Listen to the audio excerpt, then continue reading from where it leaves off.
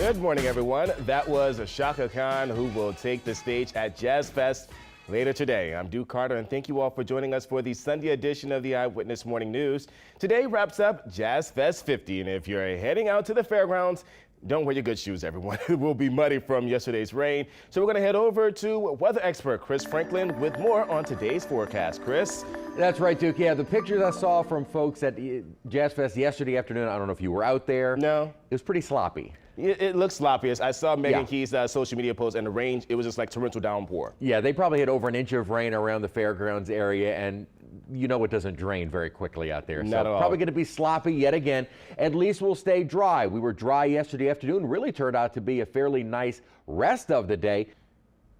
Thank you, Chris. We have election results now from a handful of important tax elections across the metro area. Now, in New Orleans, voters approved a tax plan for parks and recreation. Mayor Cantrell and others backed the move to redirect $20 million a year in existing tax money for the Audubon Institute, NORD, and the Department of Parks and Parkways. And for the first time in its history, City Park will receive city tax money as a result of this new plan. Now, the park will see about $2 million a year from the tax millage.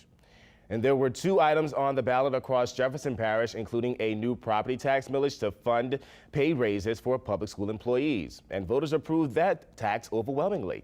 School leaders said current salaries are too low to attract and retain good teachers and school employees to Jefferson Parish, which is the largest public school system in the state.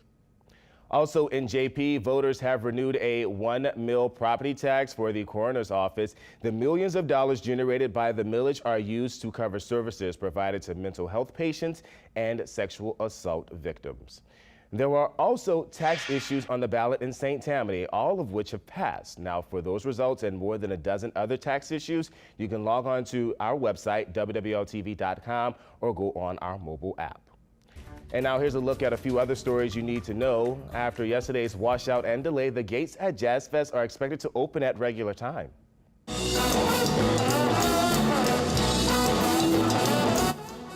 You can catch performances from Shaka Khan, John Fogerty, Buddy, Guy, and Jimmy Buffett. Unless there's more rain, the party kicks off at 11.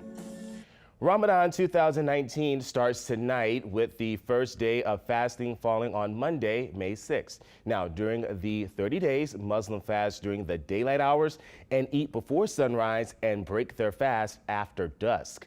Muslims abstain from sexual intercourse as well as food and water. The last day of Ramadan ends with a feast. Tyson Foods is expanding its recall to nearly 12 million pounds of frozen ready-to-eat chicken strips due to metal contamination. At least 3 people have been injured from the metal found in the product. Now, the chicken strips were produced from October 1st of last year through March 8th, with use-by dates of October 1st, 2019 through March 2020. If you recently purchased Tyson chicken strips, you're encouraged to throw it away or return it to the store.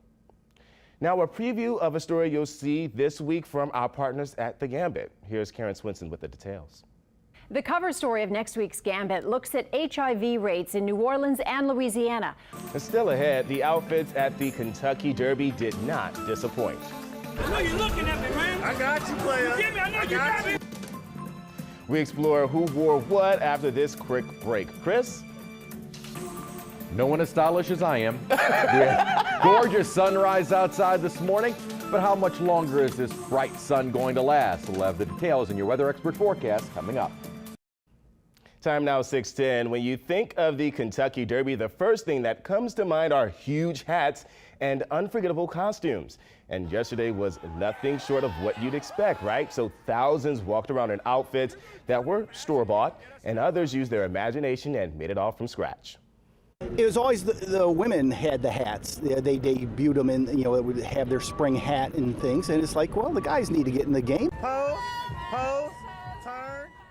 Coming up in sports, Ricardo Lecomte gives us the highlights of the historic Derby race.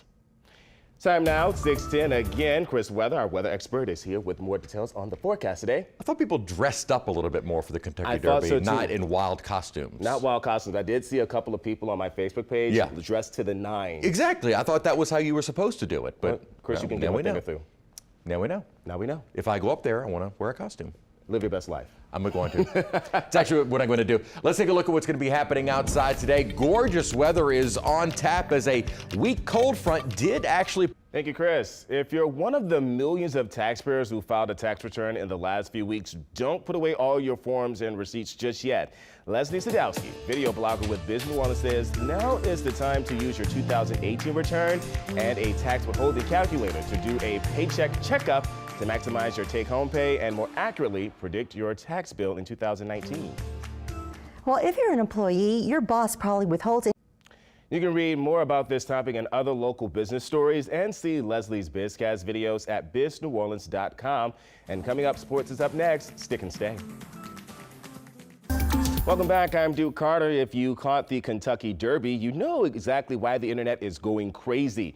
Maximum Security, which finished first at Churchill Downs on Saturday, was disqualified after the race was contested. After deliberating, race stewards determined that the horse strayed from his lane before being clear of another horse, almost causing a collision. First place went to Country Horse, a 65-1 long shot. And this was the first time a horse was disqualified in Derby history. Well, good morning, everyone, and welcome back to the second half hour of the Sunday edition of the Eyewitness Morning News. Time now to get a check-in with our weather expert, Chris Franklin. And you know, we're talking about the horse. I saw several people on social media post to the owner and jockey. Yeah. Now you know how the Saints felt. A little bit bitter right now. I think we're still a little bitter about it. A little bitter, but it's okay because we get a rematch coming up this fall. Of course, it won't count for anything. Well, we won't have as much on the line as we did against the Rams last time, but you know, maybe those horses will be in a bitter rematch. You know what? We're going to talk about the weather right now. We're going to talk about the weather. No, I kind of like talking about that disqualification. You do that then. You handle it on your own. Should be wearing a big hat right now. It's kind okay. of feeling like the Derby. We're going to go to weather. Bye, Feel Chris. like we're left out. Taking a look. Thank you, Chris. 2 days after a large 114-year-old water main began spewing water into neighborhoods in uptown New Orleans, residents are still dealing with the aftermath. And despite the main now being fixed and the boil water advisory lifted, they still say, well, they're worried. Jacqueline Quinn reports. After a deluge rushed from a water main that burst around 1 a.m. Friday morning. Mayor Cantrell's administration is currently working to broker a deal with the hospitality industry for more money that could help pay for infrastructure repairs. A man is in jail this morning following a SWAT roll in the 7th Ward. New Orleans police called for a SWAT roll after the man barricaded himself in a home in the 1400 block of St. Anthony Street around 2:40 Saturday afternoon. Police say the man fired shots into the ground and into a hot water heater located in a home across the street. Now, luckily, no one was hurt and the man was taken into custody for a mental evaluation. He faces a charge of illegally discharging a weapon. In more local news, signs warning drivers to stop for pedestrians in crosswalks began appearing on Magazine and Pechanga streets just a few months ago. And as we found out, drivers are still not getting the message. The way some We reached out to the Magazine Street Merchant Association and they told us they don't know who put the signs there either, but they hope that they make the street safe and walkable for pedestrians and shoppers. In national news, retaliatory Israeli airstrikes continue in Gaza after militants fired more than 400 rockets at Israel. It was one of the most intense flare-ups of violence in years. 6 Palestinians, including a pregnant mother and her baby, were killed. An Israeli man was among the recent victims in the attack. Israel's Iron Dome defense system intercepted dozens of projectiles, but 4 Israelis were wounded, including an elderly man who's now in critical condition. A military charter jet that skidded off the runway into a Florida river Friday night is still stuck in riverbed this morning. The plane was carrying 143 people from Guantanamo Bay in Cuba. As CBS's Kenneth Craig reports, there were no fatalities or serious injuries, and that's one reason some are calling it a miracle. The military chartered plane. Welcome back. Time now 6:42. Alcohol, partying, and big sombreros is what Cinco de Mayo is all about, right? Well, if you agreed with that last statement, you are completely wrong. There's so much more to it. Our Megan Key is here with the real meaning behind the holiday. Many Americans use Cinco de Mayo as a day to indulge in half-price margaritas and a spread of tacos. Well, that was a very informative piece, Chris Franklin. Did you roll your R when you said sombrero? Sombreros. Okay, I'm getting ready for, you know, Cinco de You're Mayo. getting into the spirit, so Getting you're into the rolling spirit. your R's. Rolling my R's, and I'm working on my It's Spanish. Cristobal Franklin. Sure, let's go with that.